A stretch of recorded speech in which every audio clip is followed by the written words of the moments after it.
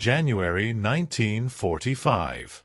Somewhere in rural Iowa, the transport truck jolted to a stop outside a wire fence that gleamed silver in the cold winter sun. Inside the canvas-covered bed, 17 German women sat hunched on wooden benches, their hands trembling not from the chill but from the weight of what waited beyond that fence. They had crossed an ocean as prisoners. They had left behind cities turned to ash and rubble, left behind ration cards that promised 200 grams of bread per day, if the supply trucks arrived at all. Their wool coats, once proud symbols of the Reich's industrial might, now hung loose on shoulders that had grown thinner with every passing month of 1944. Through the gap in the canvas, they could see the camp. Rows of wooden barracks painted a clean white, smoke rising steadily from chimneys, and something else, something impossible, a scent carried on the wind that made their stomachs clench with a hunger they had learned to ignore. It smelled like roasting meat. Real meat. Not the ersatz soups of potato peel and cabbage that had sustained them through the final months in Europe, but the rich, fatty smell of pork and beef. One woman, a former radio operator from Hamburg named Ilse, closed her eyes and inhaled. For a moment, she convinced herself she was hallucinating. America was supposed to be the enemy. This was supposed to be punishment. The United States had not asked for this responsibility. By the time the Wehrmacht began surrendering in large numbers following D-Day, the American military found itself facing a logistical crisis no war plan had fully anticipated. What to do with hundreds of thousands of prisoners of war, including thousands of women who had served in auxiliary roles across the Third Reich. These were not combatants in the traditional sense. They were radio operators, clerks, nurses, Luftwaffe helpers, communication specialists, women who had donned the uniform believing in victory, in destiny, in the promises of a 1,000-year Reich. Now, in the winter of 1945, they arrived on American soil in waves, processed through ports on the East Coast and shipped inland to camps scattered across the heartland. The Geneva Conventions were clear. Prisoners of war were to be treated humanely, fed adequately, sheltered appropriately.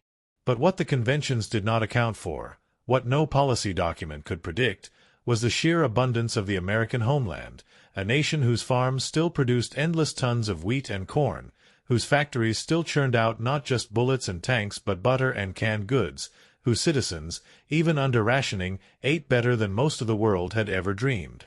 For these German women, stepping off those trucks into camps in Iowa, Kansas, Oklahoma, and Nebraska was like crossing into a fever dream.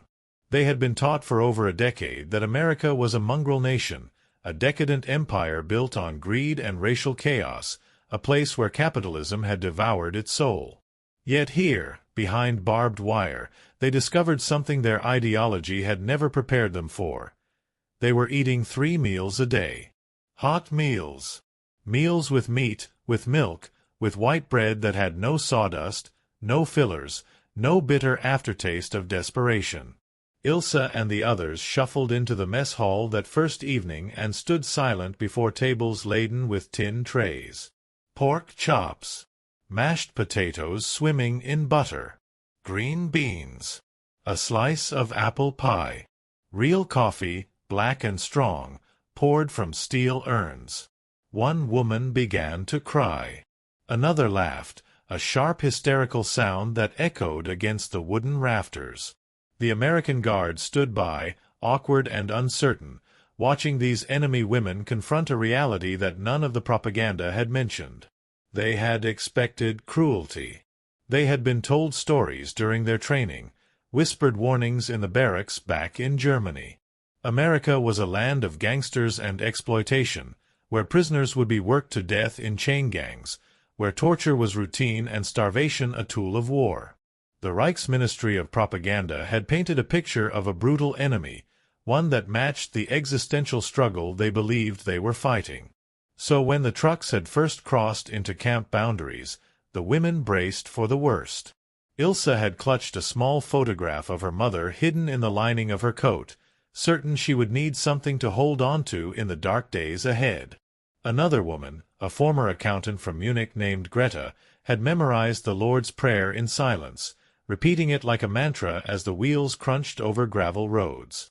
They had steeled themselves for violence, for humiliation, for the kind of suffering they had heard whispered about in the final months of the war when the Eastern Front collapsed and stories of Soviet camps filtered westward. What they found instead was order, cleanliness, and food. So much food. The disconnect was immediate and unsettling. On the second morning, Ilse stood in line for breakfast and received a tray with scrambled eggs, bacon, toast, and a small cup of orange juice.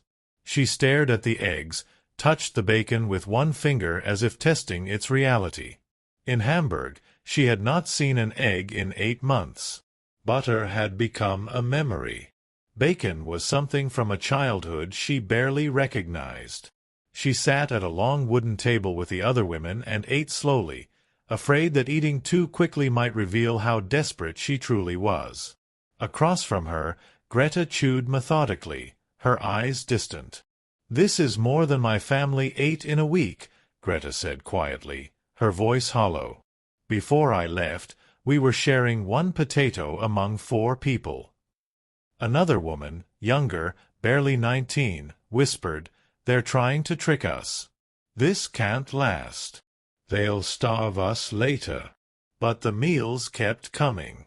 Lunch was soup with actual chunks of beef, bread with real butter, a piece of fruit. Dinner was chicken, rice, carrots cooked until soft and sweet. Every day, 3 times a day, the same impossible abundance. And slowly, painfully, the women began to realize this was not a trick. This was just how Americans ate. The historical record is unambiguous about the treatment of Axis POWs on American soil during World War II.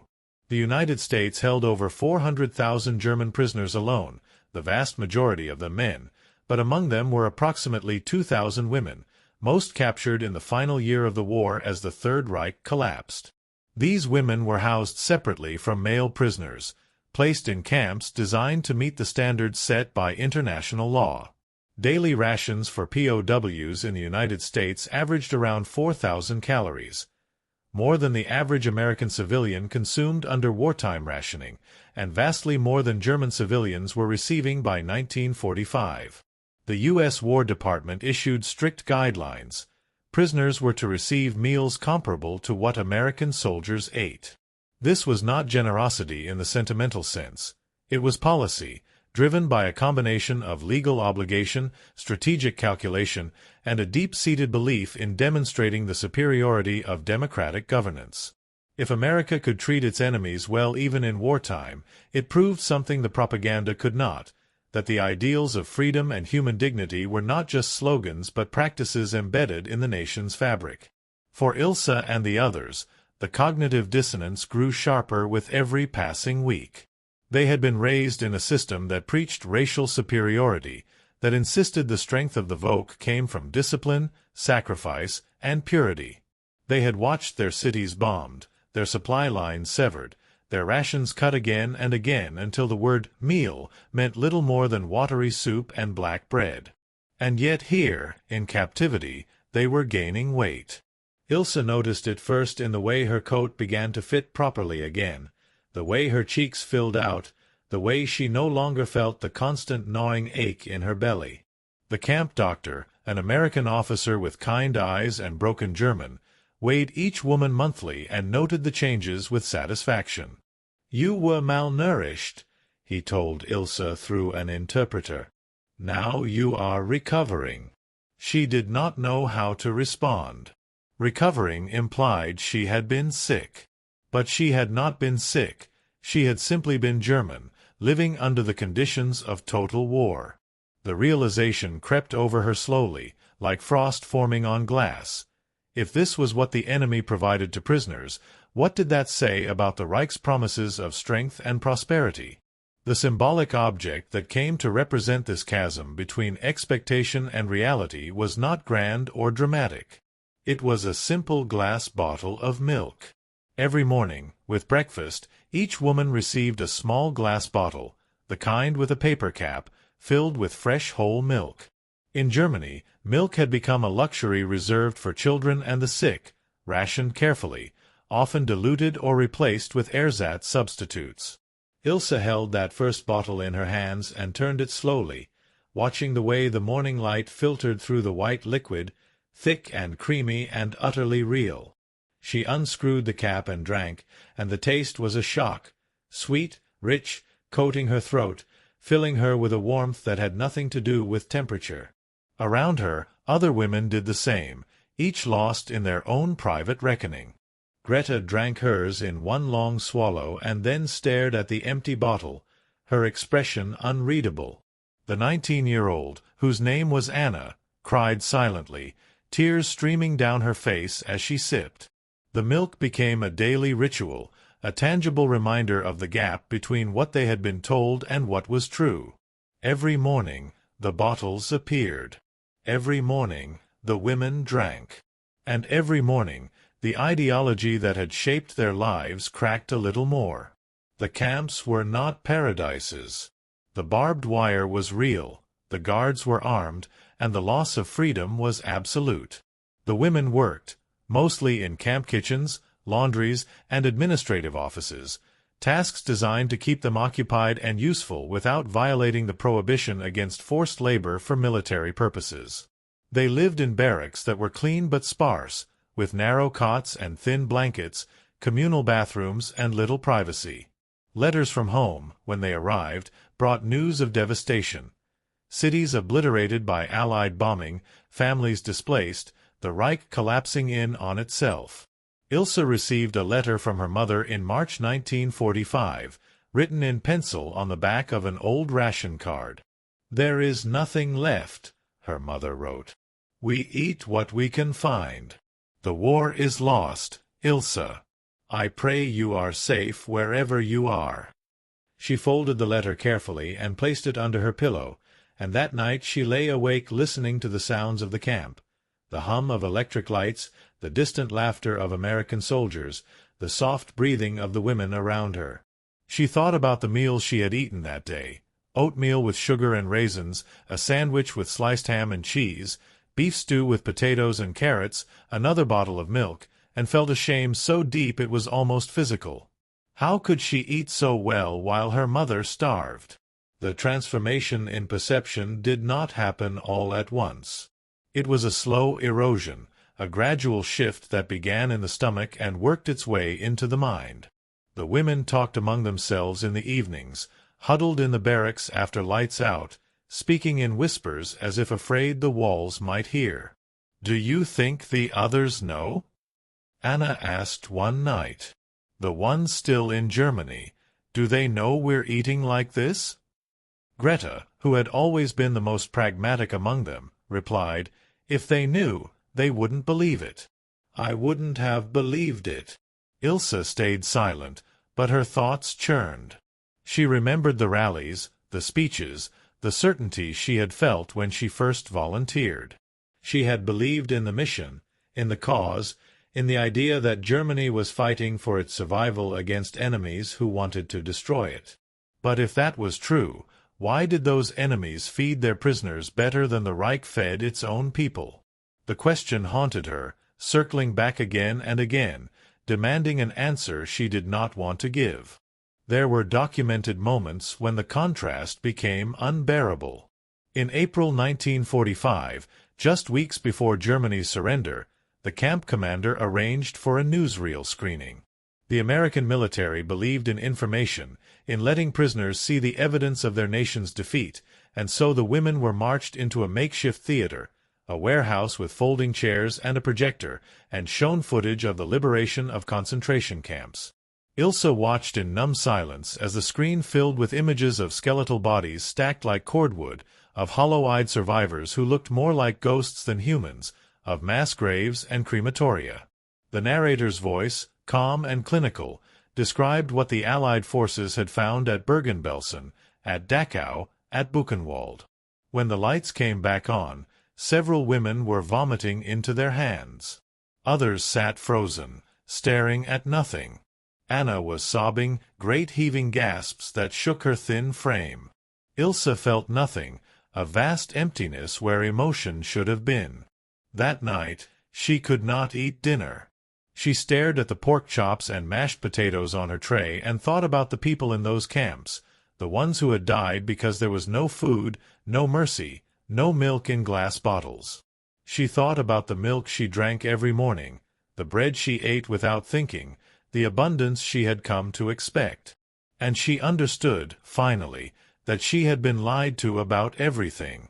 The camp commander, a colonel from Ohio named Robert Hayes, kept meticulous records of the women prisoners under his command.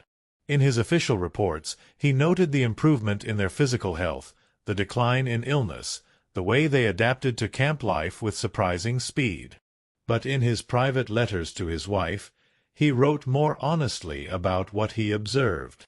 "They are bewildered," he wrote in May 1945. "They do not understand why we treat them as we do.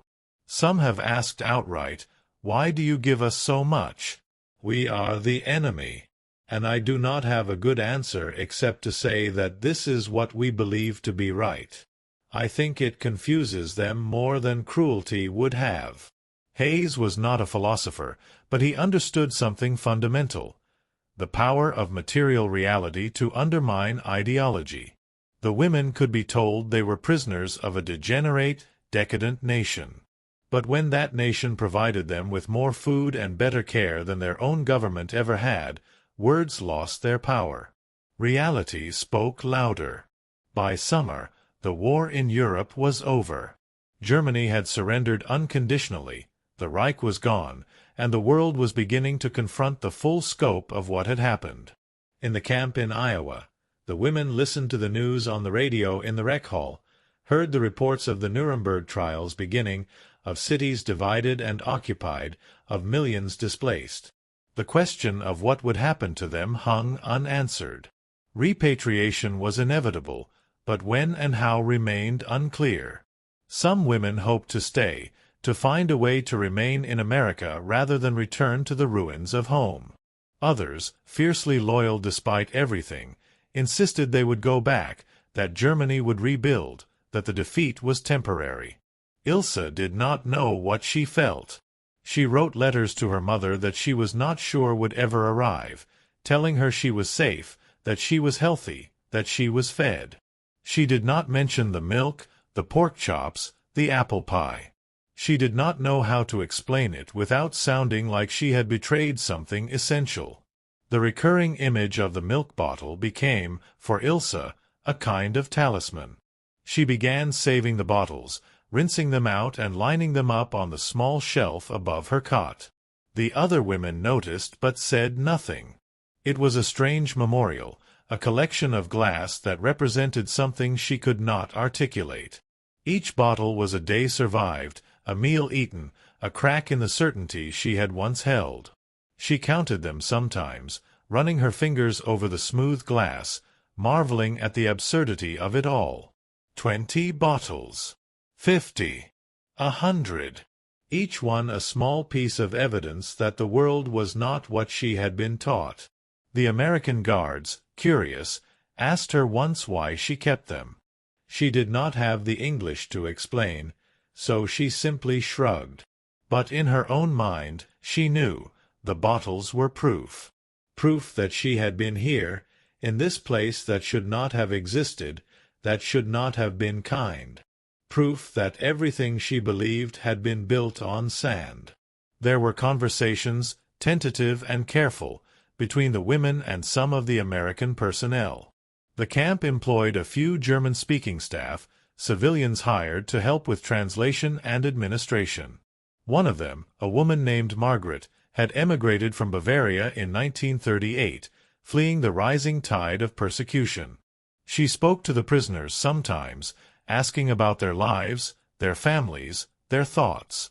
Ilse found herself talking to Margaret one afternoon in the laundry room, folding sheets while rain drummed on the roof. "Did you know it would be like this?" Ilse asked. "Did you know America had so much?" Margaret paused, a pillowcase in her hands, and considered the question. "Yes," she said finally. But it is not about having much. It is about what you do with it. In Germany, even when there was enough, it was hoarded, controlled, given only to the worthy. Here, even prisoners eat. That is the difference. Ilse folded another sheet, creasing it carefully. I don't know if I can go back, she admitted. I don't know what I would be going back to. Margaret nodded. Many people feel that way now. The war destroyed more than buildings. It destroyed certainties. The epilogue to this story is not one of easy redemption or simple moral clarity.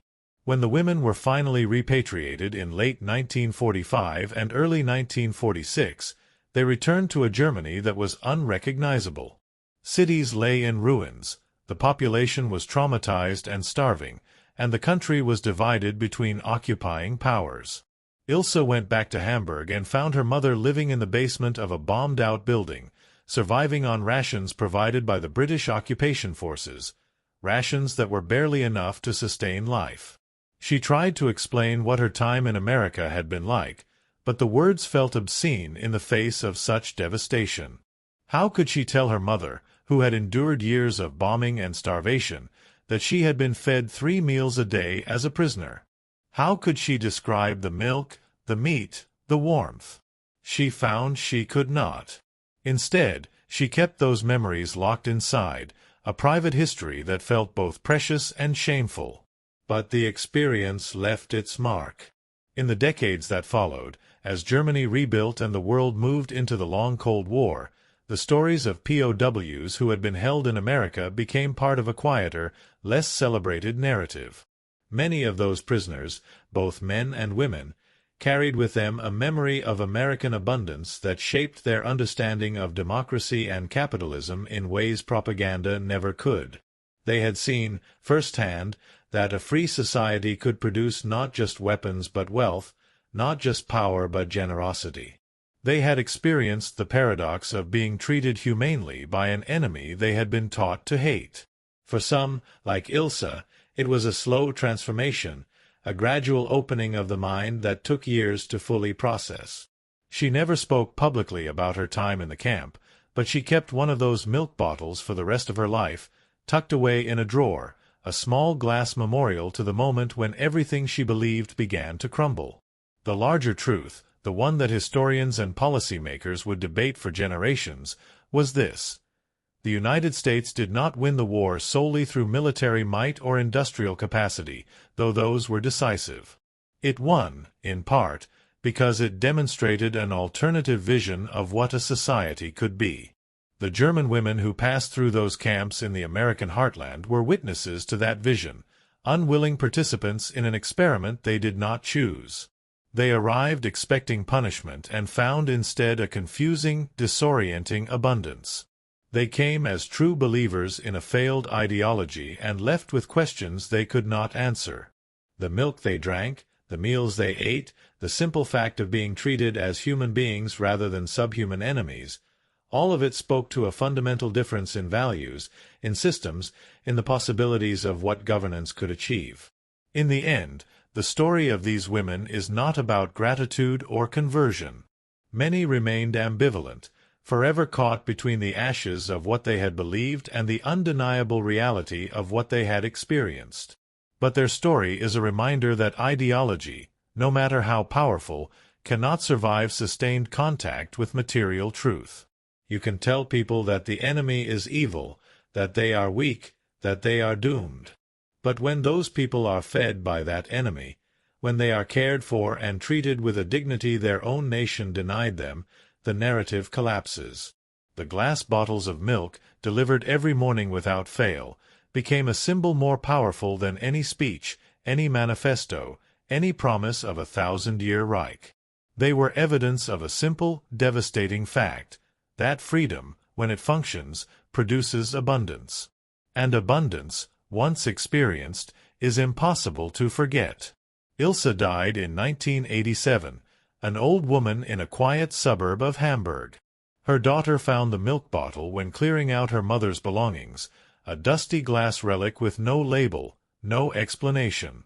She almost threw it away, but something made her pause. She held it up to the light, turned it slowly, and wondered what story it held. She never knew.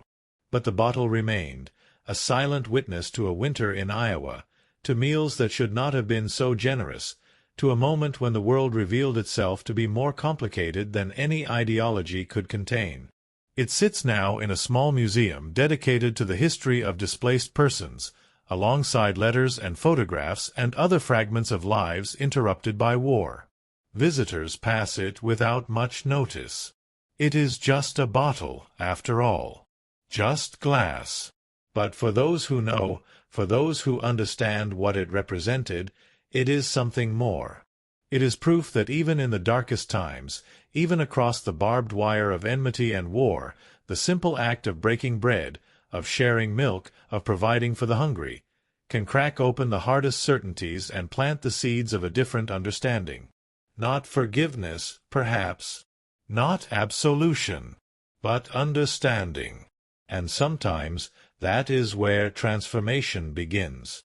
The women who lived through those months in American camps carried that knowledge forward into the fractured peace. They raised children in the ruins, rebuilt lives from rubble, and watched as Germany was divided, occupied, and slowly reconstructed. They rarely spoke of what they had eaten as prisoners, of the strange kindness they had encountered, of the cognitive dissonance that had shaped those months. But the memory lingered, a ghost at the edge of consciousness, a question that never quite found its answer. If the enemy could be so humane, what did that make us? It was a question with no easy resolution, a wound that healed crookedly, leaving a scar that ached in cold weather. And perhaps that is the truest legacy of that experience. Not a clean narrative of redemption, but a complicated, uncomfortable truth about the power of decency, the fragility of belief, and the enduring impact of a meal shared, even across the battle lines of history. The milk bottle stands as a monument to all of this, a humble object elevated by the weight of meaning. It represents the collision between propaganda and reality, between expectation and experience, between the world as it was promised and the world as it truly was. For the German women who drank from those bottles, for Ilse and Greta and Anna and the hundreds like them, it was a daily sacrament in a religion they had not chosen, a communion with an ideology they were only beginning to understand. And in the quiet moments, when the barracks were dark and the camp was still, they could hear the echo of that simple, devastating truth. They had been fed better than home. And that changed everything.